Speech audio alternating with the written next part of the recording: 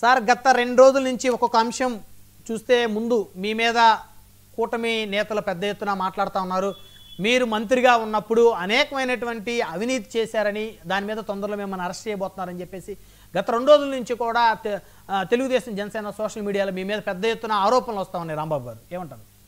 Social మీడియాలో కన్నా ముందు ఆంధ్రజ్యోతిలో ఫస్ట్ ఈ న్యూస్ ని ఫ్లాష్ చేశారు. నా మీద విజిలెన్స్ ఎంక్వైరీకి ప్రభుత్వం ఆదేశించింది అని చెప్పారు. మరి ఎంతవరకు నిజమో నాకు తెలియదు.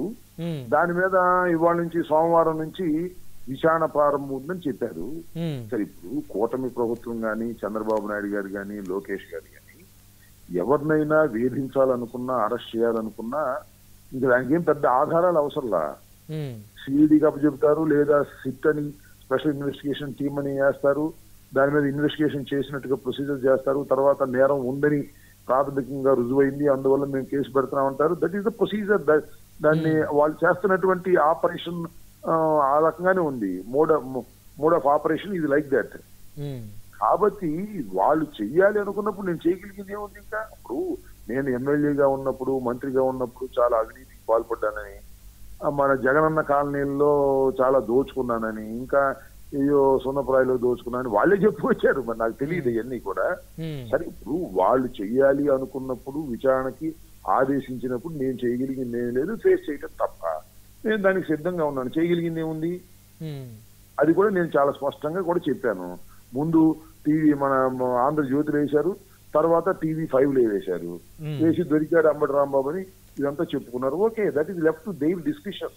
వాళ్ళు చెయ్యాలి అనుకున్నప్పుడు ప్రభుత్వం వారి చేతిలో ఉంది, పోలీస్ యంత్రాంగం వారి చేతిలో ఉంది, విజిలెన్స్ డిపార్ట్మెంట్ వారి చేతిలో ఉంది. ఏం చేయదలుచుకున్నారు చేసుకోవడానికి నాకేం అభ్యంతరం ఉన్నా కూడా మనం చేయగలిగింది. నోటీసులు ఇచ్చారా సార్? ఎవరన్నా నోటీసులు వచ్చినాయా? ప్రభుత్వం తరపు నుంచో, సిఐడి తరపు నుంచో, లేకపోతే ఇంకేదన్నా పోలీస్ డిపార్ట్మెంట్ తరపు నుంచో నోటీసులు వచ్చాయి మీకు? ఎక్కడి నుంచి నోటీసులు రాలేదు. దానికి సంబంధించిన అథెంటిక్ సమాచారము ఇంతవరకు లేదు. రహస్యంగా ఏమైనా జరుగుతున్నామో మనకు తెలియదు.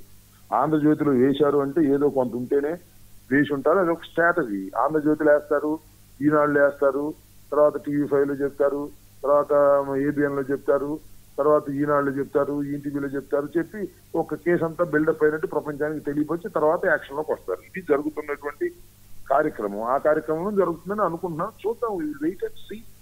అంటే మీరు ఏదైనా ఎదుర్కోవడానికి సిద్ధంగా ఉన్నారా రాంబాబు గారు? ఎదుర్కోవడానికి సిద్ధంగా లేక చేయగలిగింది మాత్రం ఏముంది నాకు చెప్పండి.